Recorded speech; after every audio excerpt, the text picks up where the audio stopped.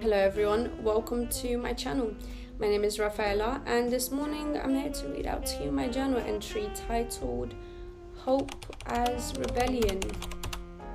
Now I've always thought of hope as something slightly naive, as a fragile illusion that people cling on to when they can't face reality. And it's not that I've never had hope before or practiced hope or that I dislike the idea of hope, but it's just that I find it hard to place my trust in it when I go about my life and I take it as I see it. The world as I experienced it often punishes optimism, and I've seen too many situations crumble despite good intentions, and too many people promise change that never came. So when I hear people say just have hope, a part of me becomes very resistant to it. And yet, I started to wonder if hope, precisely because it defies what's logical, is the most necessary rebellion of all. Now, from a rational perspective, hope appears foolish. It asks us to invest belief in something that's uncertain and to imagine better outcome in the face of evidence that often suggests otherwise. Logic tells us to analyze and to expect disappointment and to prepare for the worst so that we won't be caught off guard once it comes. And in many ways, that mindset has worked just fine for me, and it has protected me and has kept me sharp and focused. But I also see where the trap lies ahead, and it closes the door on possibility. The paradox is that while hope may ignore reason, it is often the only force strong enough to move us beyond it. Hope is, then, by nature, a contradiction. It demands both awareness and denial, awareness of pain and denial that pain must have the final word.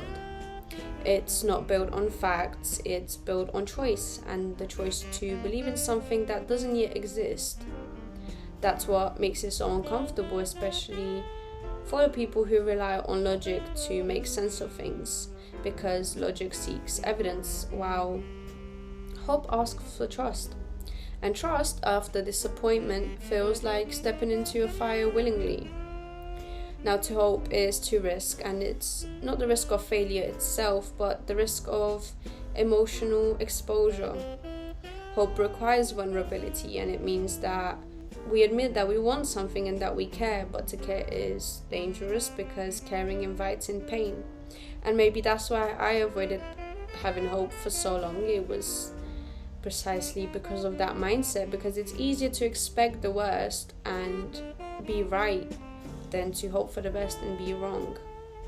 But I'm realizing that a life without hope, however realistic it may be, is a form of quiet surrender, and it's survival, not living. In that sense, hope becomes an act of rebellion, not against the world itself, but against the tendency to close off and to harden, to become cynical.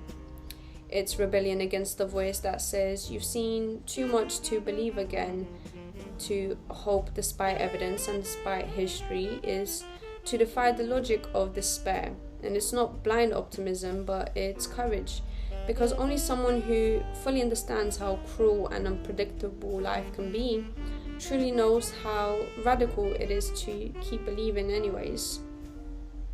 Hope, then, is not the denial of truth, it's just a refusal to let truth dictate all possibility. It doesn't erase what's real, but adds a dimension to it, a possibility that reality can shift, that despite what we've seen, not everything will repeat itself again, and that people can change and that we can change.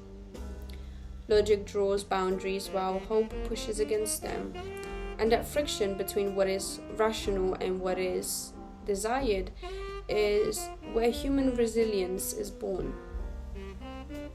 I still don't find hope very easy, and to me it often feels unreal and unnatural. Is like walking against a strong wind, but maybe that's the point. And rebellion is never comfortable.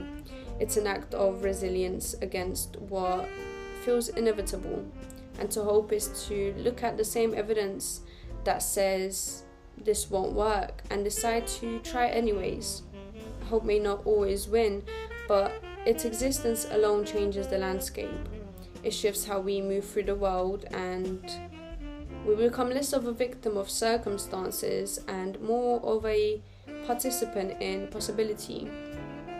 So maybe hope is foolish, but maybe that's why it's essential.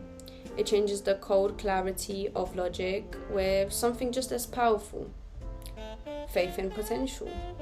And for someone like me who trusts reason more over dreams, hope feels like a rebellion against my own nature. But perhaps that's exactly what I need to do, to remind myself that life is not meant to be understood fully but lived courageously.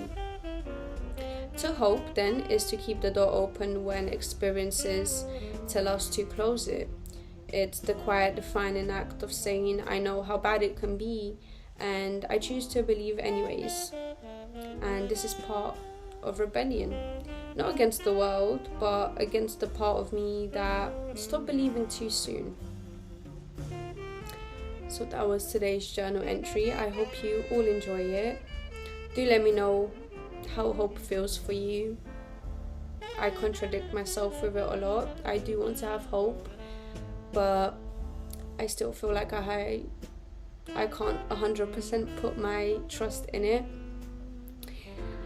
As always, I hope that you all have an amazing day and that you take care of yourself, and I shall see you next time.